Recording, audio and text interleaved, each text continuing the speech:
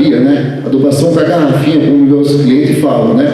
Essa adubação é muito legal e muito rápida, né? Que vai direto no xilema. Então, realmente resolve alguns casos também, o ataque de broca, alguns insetos, até porque quando a gente pega uma figueira daquele tamanho e a gente faz uma adubação, a gente aumenta o número de açúcar, onde atrai mais insetos ainda, que tem que fazer o combate a esse inseto, mais uma vez, que complica a nossa vida. Então, é um jogo, vai fazendo adubação, vai fazendo tratamento, vai fazendo alguns produtos, e vai testando alguns produtos, como o Sérgio falou, não tem nenhum produto registrado para isso.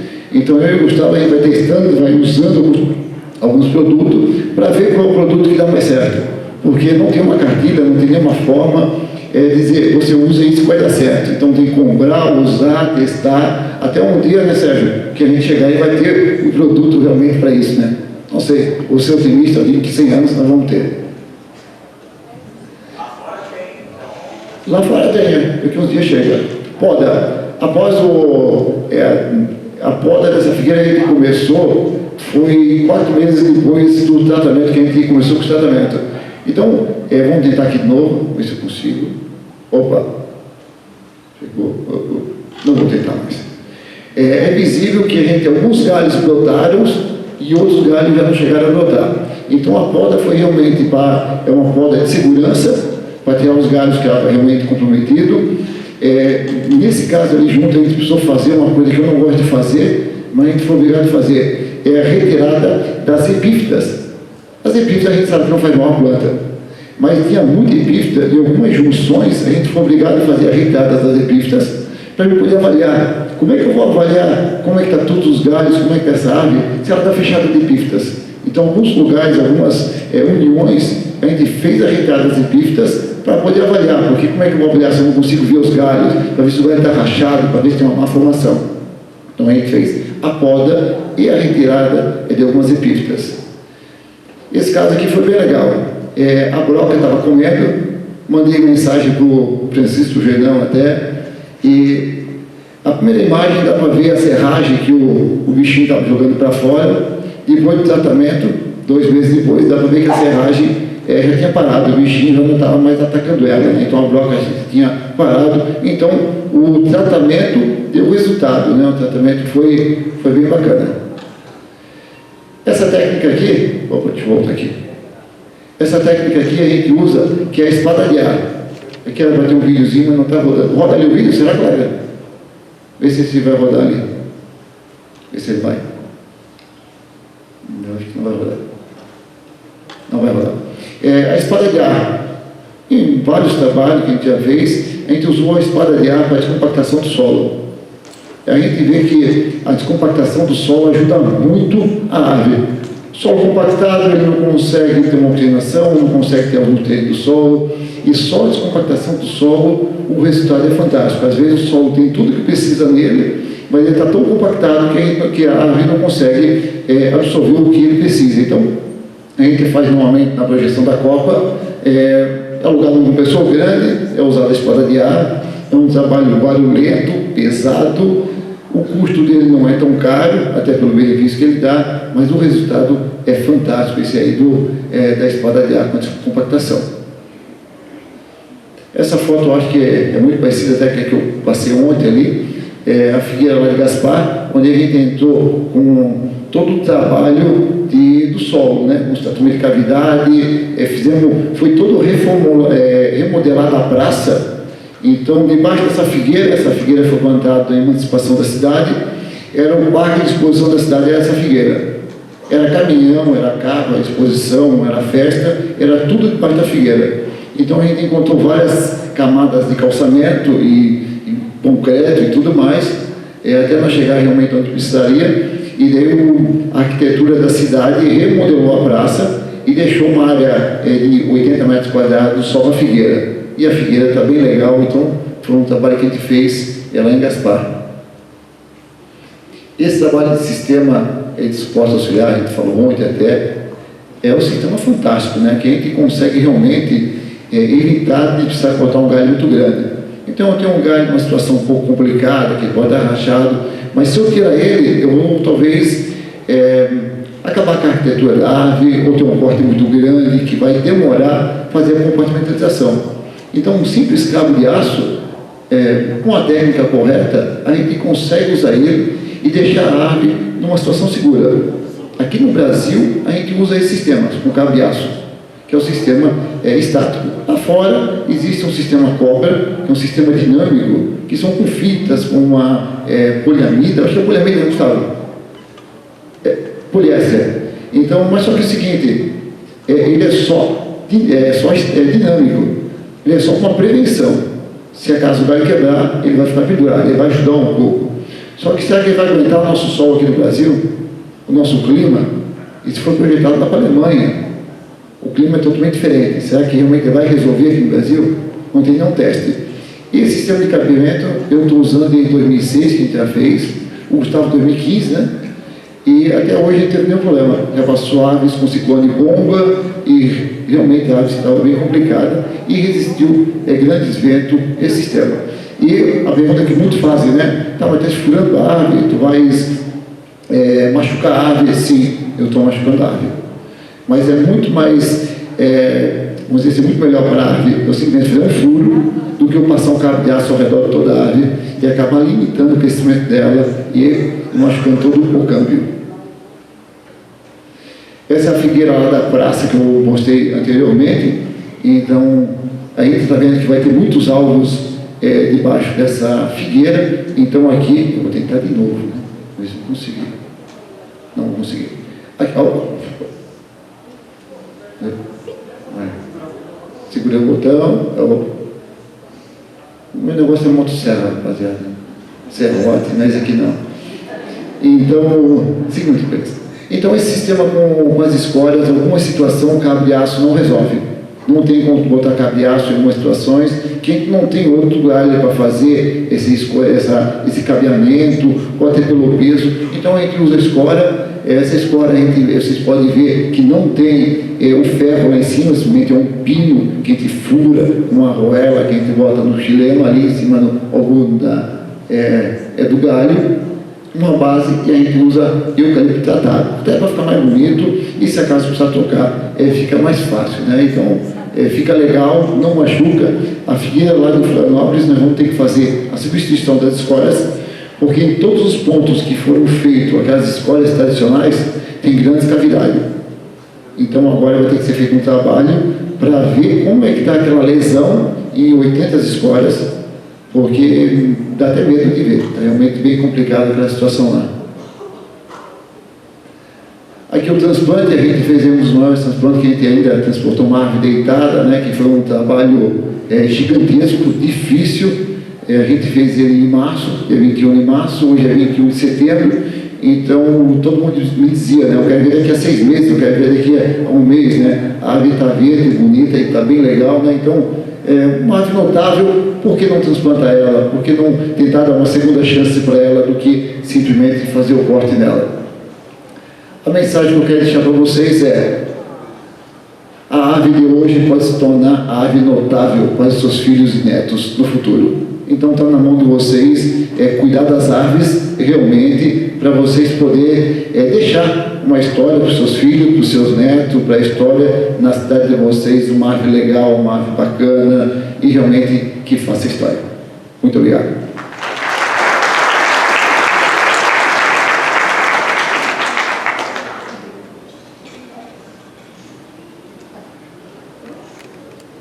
Obrigada, Flávio. E para dar continuidade, dando sequência à nossa última palestra dessa mesa, eu convido o Gustavo Garcia para a palestra Controle de Doenças em Árvores, Asepsia de Ferramentas. Gustavo Garcia é graduado em Ciências Biológicas pela UFMS, mestre em Engenharia Agrícola pela Universidade Estadual de Campinas e doutorando na mesma universidade. Ele é um arborista certificado pela ISA, especializado em planejamento de arborização e manejo de árvores.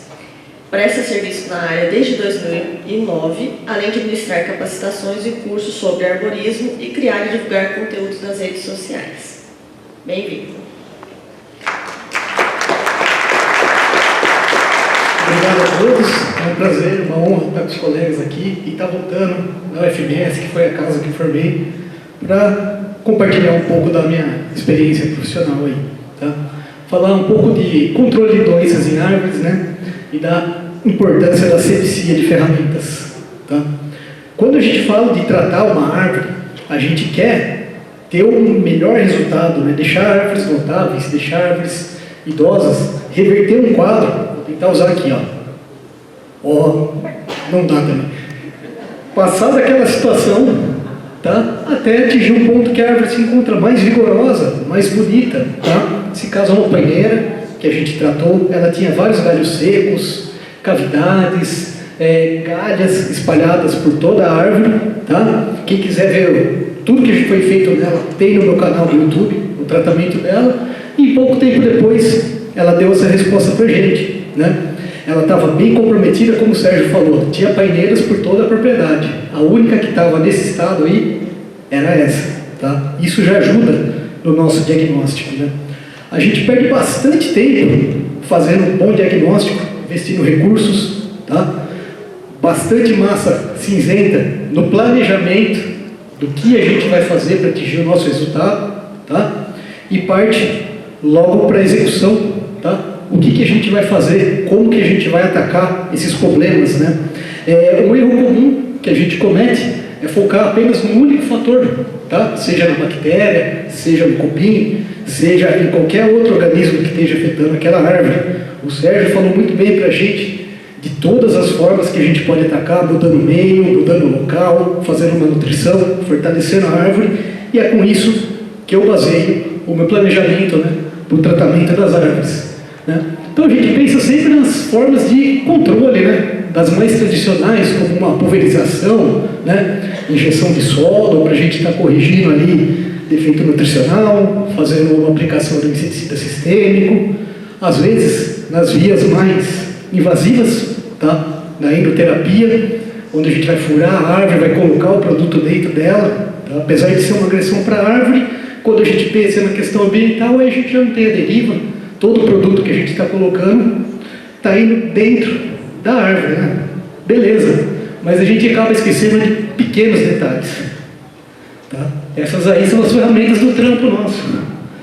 Olha como fica, não vai, o nosso serrotinho, tá? Depois de um dia de poda, a corrente da nossa motosserra, né? O que a gente está vendo aí? Um monte de tecido vegetal acumulado, tá? Pergunta aos senhores, será que nessa quantidade de célula aí eu não posso ter bactérias e virar, em vez do salvador daquela árvore, um vetor para alguma doença? Será que a motosserra que eu usei para fazer a limpeza da minha cavidade, a retirada do material morto, não pode estar levando um fungo que vai contaminar uma parte sadia da árvore, né? A broca que a gente usou para o cabeamento, como o Flávio mostrou, ou para fazer o furo da endoterapia, não pode estar levando alguma bactéria para dentro daquela árvore que a gente está querendo tratar e trazendo mais um fator de estresse para aquela árvore, né? Então a gente acaba esquecendo desses pequenos detalhes. Olha lá a madeirinha na ponta da broca, né? Ou o tratamento de solo, não posso levar nematóide de um lugar para o outro, com esse barrinho que está colado aí no meu trado, que eu usei para fazer fertilização de uma árvore, né? Então essa parte de asepsia da ferramenta, ela evita muitos problemas que a gente vai ter na árvore no futuro, tá? Como sempre, trabalhar da forma preventiva é muito mais simples, muito menos oneroso e muito mais interessante do que a gente trabalhar reativamente, combatendo um problema, combatendo uma doença na árvore. Se a gente pode prevenir, né, por que não fazer isso? Claro, lá fora a gente tem produtos específicos, né, como o Flávio falou, para limpeza, para asepsia de ferramentas, e aqui no Brasil? A gente não tem? A gente tem sim, tá? Um defeito, né, que a gente tem é falta o costume da gente ler rótulo, tá? Procura o produto, dá um Google, vê a composição. Aqui eu trouxe para vocês, tá? A maioria dos produtos de asepsia de ferramentas que a gente tem. No Brasil a gente encontra etanol, 70%, álcool isopropílico a 70%, tá? Sprays de limpa contato são a base de álcool isopropílico, tanto o etanol quanto o álcool isopropílico, 30 segundos que você aplicou na sua ferramenta, já está feita a asepsia. Tá? Fosfato trissódico, tá? O que é isso? Desengraxante. Você colocar no Mercado Livre custa 30 conto, 1 quilo. Tá? Você vai usar 10%. Em 3 minutos sua ferramenta está esterilizada. Tá? Alvejantes à base de cloro, é só ir aí no mercado. Demora um pouquinho mais, cerca de meia hora, sua ferramenta está livre aí de qualquer doença que pode estar passando. E o óleo de pinho, esse já demora um pouquinho mais, né? Você tem que usar uma concentração aí de 25%. Né? Então, como é que eu faço no meu dia a dia? Tá? Pego um balde da patroa, né? Coloco ali, faço a minha diluição, né? À base de cloro, que é baratinho, e jogo as ferramentas lá dentro. Tá? Deixo lá. Vou tomar meu banho, vou brincar com a minha filha, e depois de um tempo, ela começa a soltar todas as coisas ali. Tudo aquilo que está grudado. Tá? A água é nosso solvente universal, vai fazer soltar aquele aglomerado de células que está na minha ferramenta, e o cloro vai estar fazendo asepsia para mim. Depois disso, simplesmente vou para o tanque, está tudo solto ali, bato uma água, uma escovinha, rapidinho, está tudo pronto para ser utilizado. Né? A broca está nova, né? Não estou correndo o risco de passar essa doença para outras árvores. A corrente da minha motosserra está nova para ser utilizada. Tá? Aproveito esse processo de limpeza para fazer a inspeção desse material, para a hora que eu estiver executando o meu trabalho, meu serrotinho não ter uma rachadura e não quebrar, ver se a minha corrente da motosserra está bom, se os pinos ali não tem risco de arrebentar. Então, numa única operação ali, eu já vou fazer a asepsia das ferramentas, a manutenção do meu material e também uma inspeção de segurança. Aí, né? Limpo o sabre da motosserra, a gente tira todo aquele material que fica na canaleta e estamos prontos para as outras árvores, né? Uma diferença nossa, né, minha e do Flávio, é que a gente trabalha com indivíduos, né? A gente atende clientes ali com bons volumes de árvores, tá? E o que a gente faz no dia a dia? Eu tenho tempo de limpar uma ferramenta entre uma árvore e outra? Não. Mas serrotinho, a gente tem bastante, tá? Corrente da motosserra, eu posso levar 3, 4 e trocar. Eu sempre vou deixar para cortar aquele galho que está mais podre, que eu identifiquei visualmente que tem algum problema, no final do meu dia. Tá? Então, essa é a importância. A gente vê, a gente fica com aquela síndrome do vira-lata, a gente não tem produto, a gente não tem coisa. Tem sim. É só a gente ler o rótulo e procurar o que a gente tem similar aqui. Tanto também para os produtos fitossanitários, né? A gente tem ali vários produtos registrados na Anvisa para jardinagem amadora, com os mesmos ingredientes ativos que a gente tem de produtos agropecuários. Se minha mãe pode ir lá na vendinha e comprar na casa de ração um tubinho de forte cupim ou de forte pulgão, que é a base de deltametrina, por que eu não posso usar? Se ele já tem um registro no Ministério. Então, é dessa forma que a gente pensa, só que não vai ter receita de bolo, não vai estar escrito em lugar nenhum, é na base do dia a dia, testando aí, né, Flavião? Que a gente faz. Né? Como é que eu faço a esterilização das minhas ferramentas que eu uso no solo? Tá? Aí eu já uso fogo. Eu não tenho problema de perder a têmpera do material, de deixar meu aço mole, porque aquela pontinha ali já vai garantir que vai entrar no chão.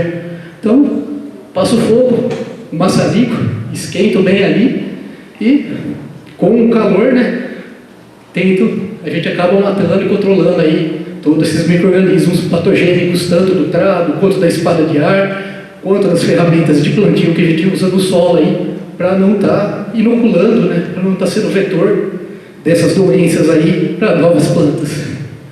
E é isso que eu tenho para trazer para vocês, pessoal. Né? Quem quiser ver mais informações, mais tratamentos, está aí nas redes sociais, a gente sobe conteúdo sempre. E o meu canal aí tem todos os passo a passo do começo que eu fiz e como foi o resultado que eu cheguei. Obrigado.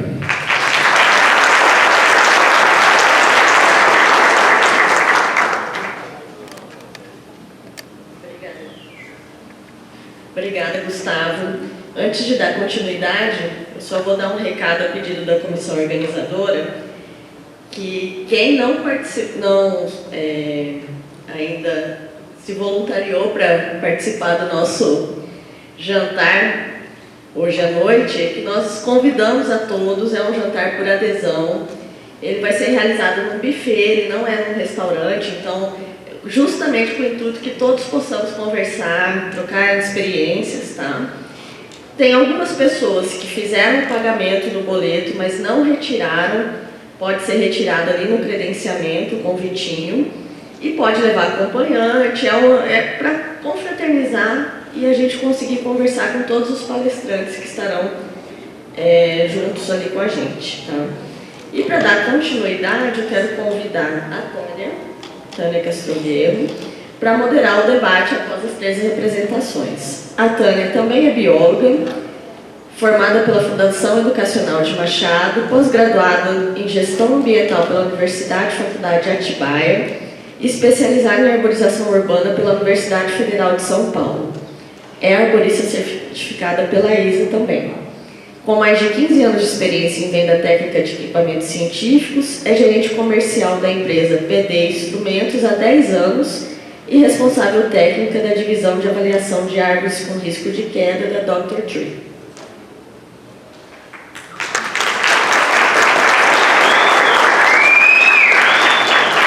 Boa tarde.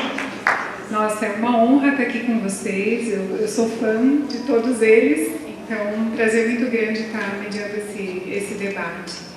Assim, o que a gente pôde ver com o Sérgio, muito impressionante a quantidade de problemas que a gente pode ter relacionado à arborização, né? Uma diversidade de patógenos e é muito difícil mesmo ainda a gente identificar esses problemas e tratar esses problemas. E é bem legal a gente ter em mente que são duas situações, como o Sérgio colocou. Uma é a sanidade da árvore no sentido de patógeno, que leva à morte da árvore. E a outra é o risco de queda por fungos apodrecedores. São duas situações diferentes, né? Não necessariamente uma árvore doente tem um risco de queda iminente. Então, são duas situações que a gente tem que avaliar e com difícil tratamento ainda. Muito bonito o trabalho do Flávio, né, esses cuidados com essas árvores maravilhosas. A gente até conversou um pouquinho antes do almoço sobre os termos que a gente usa, né, essa diversidade de termos, árvores veteranas, árvores valorosas, árvores patrimoniais. Então, é um pouco difícil ainda a gente ter esse termo consolidado, mas enfim, são árvores que merecem uma atenção, muitas vezes não pela idade que elas têm, mas pelo valor, o valor para a sociedade em si. Então, quantos cuidados são possíveis para essas árvores? E que olhar multidisciplinar que a gente tem que ter. E essa experiência do Gustavo também, e esse cuidado que ele colocou para a gente da asepsia das ferramentas, como é importante. E aí eu tenho uma pergunta para fazer para o Gustavo, só para a gente concluir, eu poder concluir o que eu gostaria de passar. Mas a ABNT de podas, ela fala alguma coisa sobre a asepsia das ferramentas? Não fala. Tá. E com vista assim, de tudo que a gente observou aqui, não são situações de tratamento fácil para o nosso dia a dia, pensando no poder público, né? Como que a prefeitura pode fazer para lidar com essas situações que estão lá de doença, de tratamento, que não tem ainda algum produto correto ou permitido para aplicação. Então, eu quero iniciar o debate fazendo uma pergunta para vocês.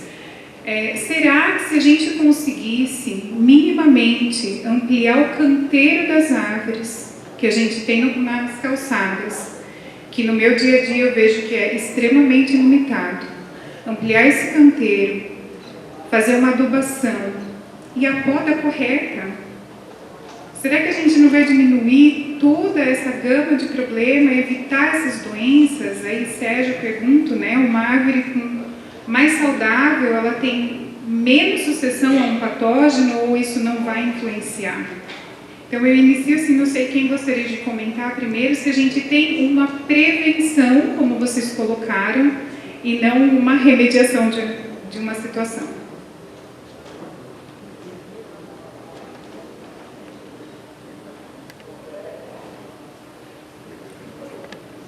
E aqui, agora está funcionando. Bom, com certeza, Tânia, quando a gente fala em tratamento de árvore, como eu falei, é um erro comum focar num único fator de problema. Tá? A gente sabe que uma árvore, ela não veio originalmente do ambiente urbano, ela veio do ambiente florestal, onde ela tinha todos os recursos e espaço para crescer. Tá? Então, o que a gente faz no nosso tratamento? É tentar simular esse ambiente, né, florestal que a árvore tem e trazer para o ambiente urbano. Como? Aumentando o canteiro, tá? Suprindo a necessidade de nutrientes que ela vai ter ali, que ela vai gastando ao longo daquela vida e não tem a ciclagem, ou por excesso de zelo, por limpeza, ou mesmo pela impermeabilização. Né? Uma árvore saudável, até por definição da ISA, é uma árvore que ela consegue crescer vigorosamente, né? E lidar com esses problemas, lidar com as doenças. Quanto mais malnutrida, quanto mais dificuldade ela passar, com certeza ela vai estar mais suscetível a desenvolver alguma doença ou pegar algum patógeno. A gente sabe que hoje, né, isso é tido até pela ISA, cerca de 90% dos problemas das árvores está relacionado ao ambiente e não internamente. Né? Muitas das vezes as doenças vêm a ser problemas secundários para a árvore. Então, quando você dá condição para ela de se desenvolver bem, de crescer num local adequado, com certeza ela vai aportar toda a energia que ela está produzindo ali, não só no crescimento, mas também na defesa, na reserva. Enfim, quanto mais preparado, quanto melhor o ambiente, mais ela conseguir se manter com os recursos adequados, melhor ela vai estar preparada para a resposta em qualquer problema que ela tiver. Alguém mais quer comentar? Vamos investir em maquita, gente. Quanto custa uma maquita para abrir calçada, para começar? Não é? Está mais fácil do que a gente imagina. Bom, então agora eu quero abrir a sessão de perguntas. Quem gostaria de iniciar, por favor, se apresenta e direciona a sua questão. Boa tarde, eu sou Flávio Mendes, de Piracicaba. Eu tenho visto bastante a questão do fitoplasma, principalmente em IP rosa. E aqui em Campo Grande também tenho visto em IP branco. Aí minha pergunta pode ser para qualquer um de vocês aí, qual seria o tratamento, se vocês fazem a remoção, se tem algum produto específico. E tenho visto cada vez mais um avanço aí do fitoplasma, sobretudo nos IPs. E o que vocês recomendam, argumentam sobre isso? Obrigado. Eu sou só teórico, eles que fazem. Bom, o que eu tenho feito, né, nos casos do IPC? Né? Uma forma, como o Sérgio falou, é tentar resolver o problema. Né? Quando possível, fazer uma poda, quando a doença está no estágio inicial, né? Remover aquele galho o mais distante possível da onde está aquele aglomerado de bactérias, né? E destinar esse galho para outro local. Tá? Também estou fazendo testes agora, né? Fizemos até aqui, Silvinha sabe disso, com um produto à base de enxofre e cobre, tá? Que vem lá de Israel, e a diferença desse produto para os outros é o tamanho da partícula, né? Porque o cobre e o enxofre que a gente usa na cauda bordaleza, eles têm uma molécula muito grande e não conseguem translocar pelo chileno. E nesse produto aí, ele tem o tamanho reduzido. Tá? Então eu tentei agora algumas experiências aí com endoterapia e vamos guardar o resultado, né? Mas assim, a gente não tem produto registrado para isso. O que a gente vai é na tentativa, com base no estudo. Se isso daqui transloca, provavelmente ele vai chegar lá, vai mudar o ambiente. A gente sabe que o cobre é bem tóxico por esses micro-organismos aí. Vamos ver se vai dar algum resultado. Mas hoje em dia a gente não tem nada específico para isso. Alô? Oi, eu sou a Priscila, do Rio, de novo. Eu queria perguntar para o Gustavo. Enquanto você estava falando sobre a forma como você faz a asepsia dos seus instrumentos, aí, das suas ferramentas, só me veio uma história na minha cabeça de um manejo. Uma vez eu tinha que tirar uma árvore seca, uma amendoeira seca de uns 15 metros e fazer a poda de uma outra de uns 20 do lado dela. E enquanto eu estava trabalhando, meu telefone tocou, era o centro de operações. O cara gritava comigo: sai daí agora, você pagou o Rio de Janeiro, você não pode ficar aí. E eu queria perguntar para você se dentro desses produtos, existe algum que você tem a possibilidade de só pulverizar? Porque não existe a mínima possibilidade numa situação dessas, né, da gente desmontar a motosserra, trocar corrente, ou às vezes a gente nem tem outra motosserra, né, poder público, é uma realidade muito cruel. Se existe algum desses produtos que tem a possibilidade de só dar uma pulverizada e fazer algum efeito? Sim, na ferramenta, né? Eu coloquei ele para vocês bastante opções de produtos, né, até usado lá fora, mas os que estavam acima daquela tabelinha lá são os de ação mais rápido. Você pode usar um spray, né, com um etanol a 70%, um borrifador simples, ou se quiser uma coisa mais top, compra um spray de limpa-contato à base de álcool isopropílico, aplica ali na corrente, roda um pouco a motosserra, 30 segundos você vai para lá de novo, né? Mas o investimento numa corrente é muito barato, né? Então às vezes acaba valendo a pena.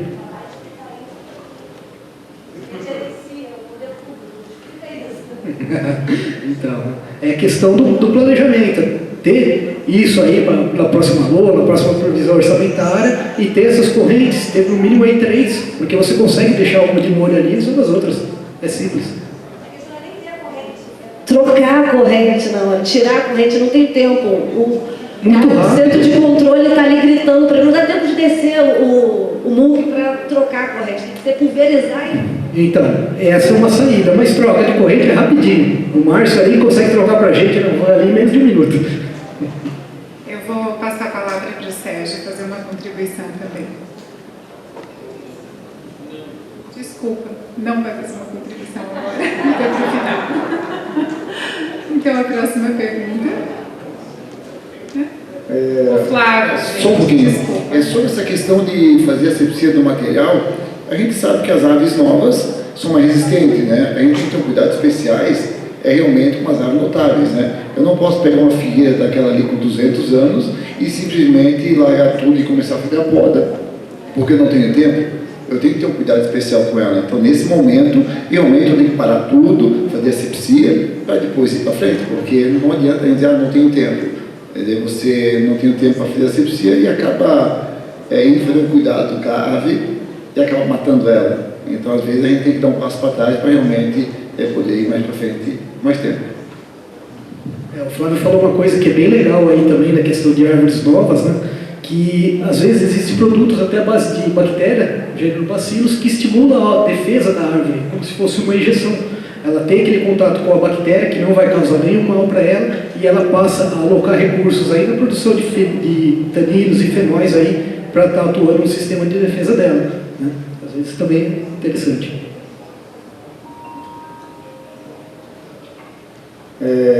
Boa tarde, todos e todas. Cláudio Santana, Rio de Janeiro, Fundação Parques e Jardins. Primeiramente, agradecer aí a qualidade de todas as apresentações desses últimos dias, em particular dessa mesa. A minha pergunta é direcionada ao Flávio, é relativamente simples.